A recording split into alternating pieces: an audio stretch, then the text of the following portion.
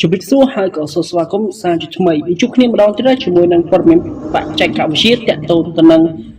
ប្រព័ន្ធដំណើរការអ៊ីនធឺណិតដែលយើងសប្តាហ៍បានធ្វើការ update កាន់ប្រព័ន្ធ 5G ហើយតោះអញ្ចឹងដើម្បីកុំឲ្យខាត់ពេលយូរយើងមកធ្វើការតាមដាននិងរីករាយស្ដាប់ដូចតទៅអញ្ចឹងយើងដឹងថាដល់ថ្ងៃទី1ខែមករាឆ្នាំ2026ប្រ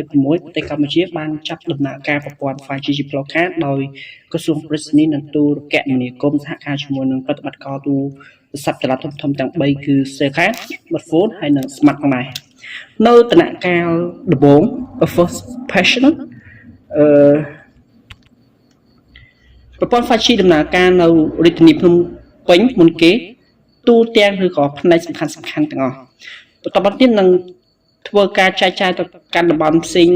ឬក៏តំបន់សំខាន់មានដូចជាខេត្តសៀមរាបបាទខេត្តកណ្ដាលស្វាយរៀងកំពង់ស្ពឺតាកែវកំពង់ចាមកំពង់ធំព្រៃវែងប្រចេះកំពង់ឆ្នាំងពោធិ៍សាត់ប្រសេនុស្ទឹងត្រែងហើយនិងកំពតផងដែរហើយក្នុងដំណាក់កាលបន្ទាប់នឹងពង្រីកទៅកាន់ខេត្តផ្សេងទៀតទូទាំងប្រទេសបណ្ដាដើម្បីធានាគុណភាពនិងស្ថិរភាពនៃប្រព័ន្ធបណ្ដាញប្រព័ន្ធ 5G នឹងផងដែរយើងនឹងថាការគ្រុនដប់អាចខុសគ្នាបន្តិចបន្តួចតាមប្រតិបត្តិការឧទាហរណ៍ថា Smart ចាប់ដើមខ្លាំងនៅភ្នំពេញនិងកណ្ដាលអញ្ចឹងណាក៏ប៉ុន្តែរដ្ឋាភិបាលបានប្រកាសថាដំណាក់កាលដំបូងគឺគ្រុនដប់តំបន់ទាំងនេះសម្រាប់ប្រតិបត្តិការទាំងអស់បាទដែលបងប្អូនឬក៏ពុកម៉ែបងប្អូនទាំងអស់គ្នាអាចពិនិត្យទៅមើលប្រព័ន្ធ app ថា app Smart app Cellcard ឬក៏ app Smartphone ទេគឺយើងអាច check មើលតើតំបន់ដែលយើងកំពុងនៅហ្នឹងឬក៏ទីតាំងដែលយើងនៅហ្នឹងតើវាមាន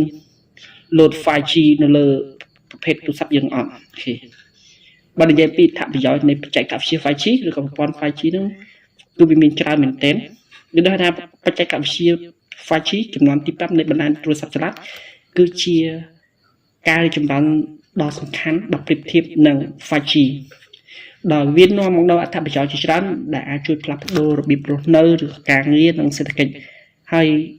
ចំណុចដូចខាងក្រោមនេះខ្ញុំនឹងធ្វើការបកស្រាយអំពីប្រព័ន្ធ 5G ផងដែរតើតើនឹងល្បឿនខ្ពស់ជាងឬក៏ច្រើនដង 5G អាចផ្ដល់ល្បឿនទាញយកមិនថាការ download បញ្ជូនឬក៏ upload ហ្នឹងរហូតដល់10ទៅ100ដងលឿនជាង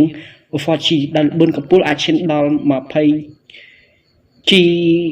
kilobyte ឯនោះបើឧទាហរណ៍ថាយើងអាចទាញយកភាពយន្ត HD មួយខ្សែអាចចំណាយពេលតិចជាង10វិនាទីផងដែរហើយមួយទៀតគឺភាពយឺតយ៉ាវ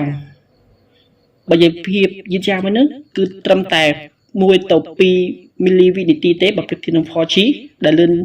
ជាង20ទៅ30មីលីវិនាទីធ្វើឲ្យការឆ្លើយតបនឹងការ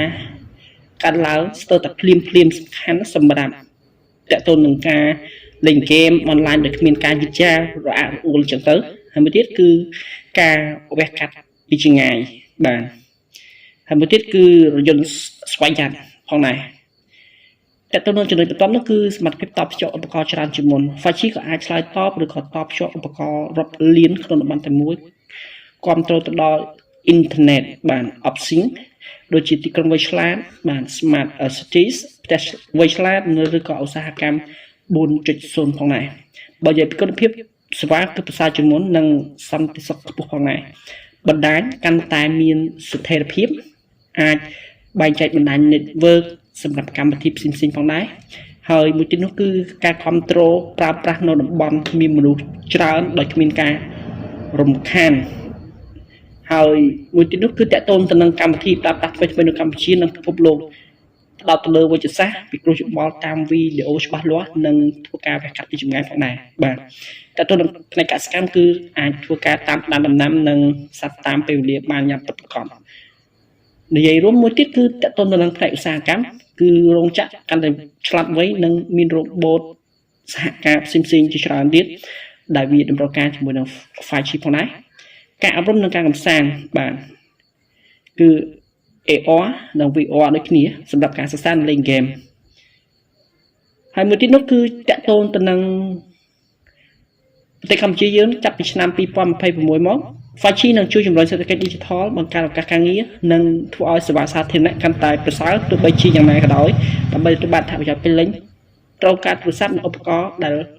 គ្រប់គ្រង 5G មិនថាប្រព័ន្ធ iOS ឬក៏ Android ទេយើងអាចធ្វើការពិនិត្យជាមួយនឹងប្រតិបត្តិការរបស់បងប្អូនសម្រាប់ព័ត៌មានលម្អិតផ្សេងៗទៀតអូខេចុះវីដេអូរបស់ខ្ញុំមានតែប៉ុណ្្នឹងទេអរគុណច្រើនជួបគ្នានៅវីដេអូតាក់ទងនឹងបច្ចេកវិទ្យាថ្មីៗជាច្រើនទៀតបាយបាយ